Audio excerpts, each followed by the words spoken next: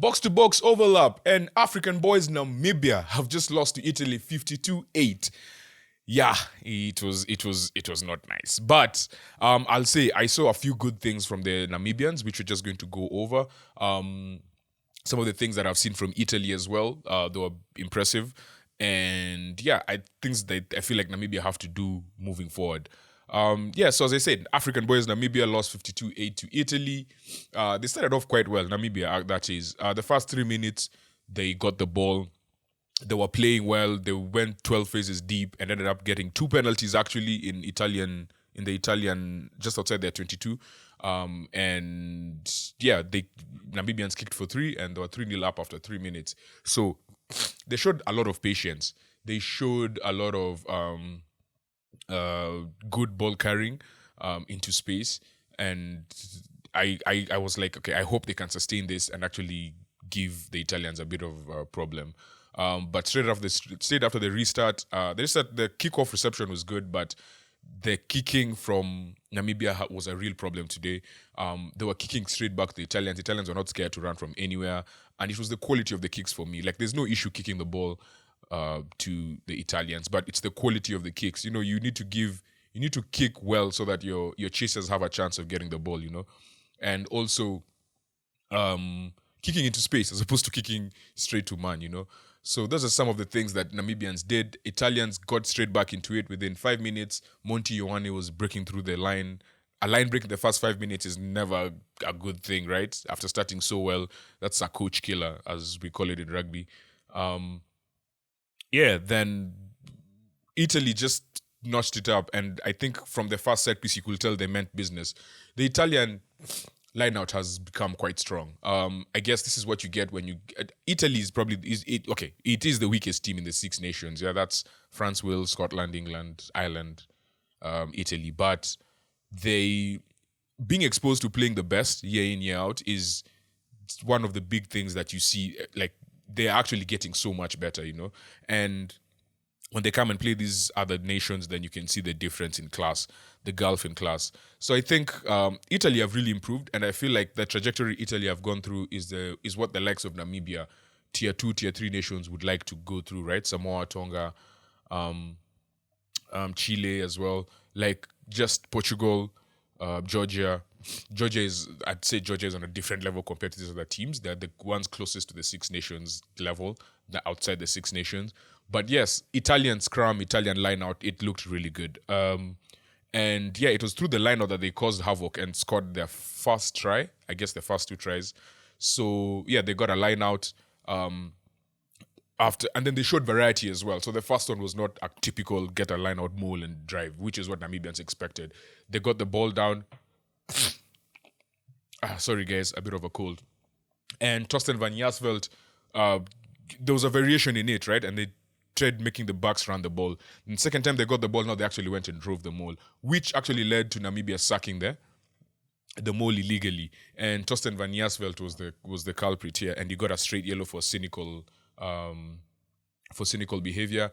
Italy kicked it back to the corner and just drove and scored their first try. And that's just like that. They laid a marker. They're like, okay, this is how our set piece is going to look. Then the next set piece, the next Italian score was the Namibians did not have a hooker. So Kotsia and Seti, I think one of the props had to actually play as a hooker. And it was a bad pass in the line out, went straight to the Italian, and Tomasi Allen just ran into space. He loves running into space to score Italy's second try. And yeah, we went into the latter half of the first half with the Italians 17-3 up. But then something that was really impressive from the Namibians, I think today, was their line speed in defense. They were really pushing up. They pushed up so well, and that's where they got their score from, right? They got a try just before halftime. Not just before, but before halftime. Gaswin Muto actually went and scored in the corner.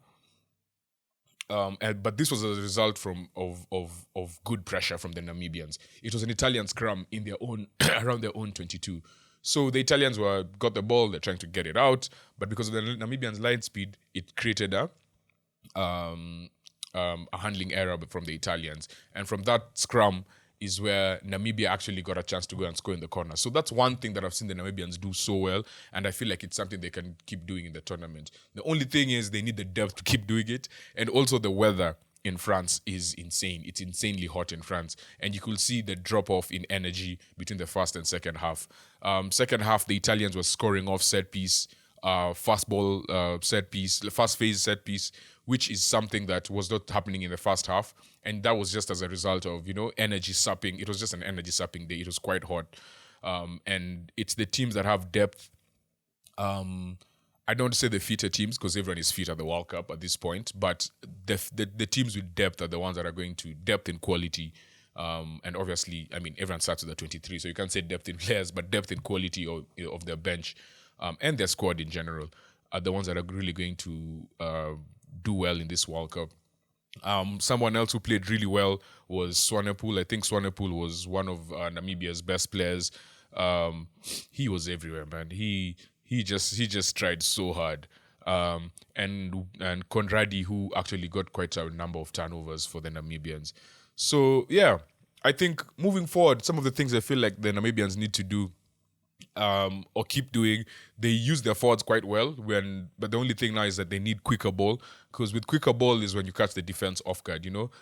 When they slow down their offense and need to actually build up slowly and then go to the backs, that's when they cause a lot of problems for themselves.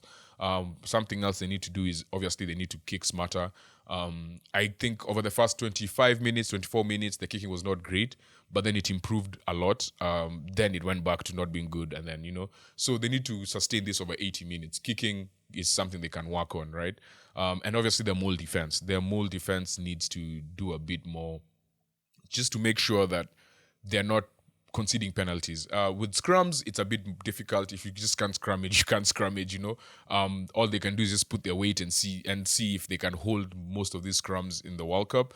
But with mole defense, it's all about setting yourself up right.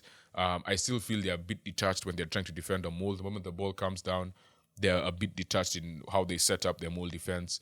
Something that I saw my Chiefs do well was, the moment the ball comes down, you suck quickly. Even the Crusaders do it well, and Leinster from Ireland, sucking the two lifters early enough, right? But I think that's just as a result of, you have to be on the same page as a forward pack. For Italy, I guess keep doing the same. The likes of Zuliani Odogu came off the bench and scored, so good win for them. Namibia, lots to work on, but for a first game against the Italians in the hot weather in France, I think they did well in the first half. Second half was a bit of a whitewash, but first half they did quite well.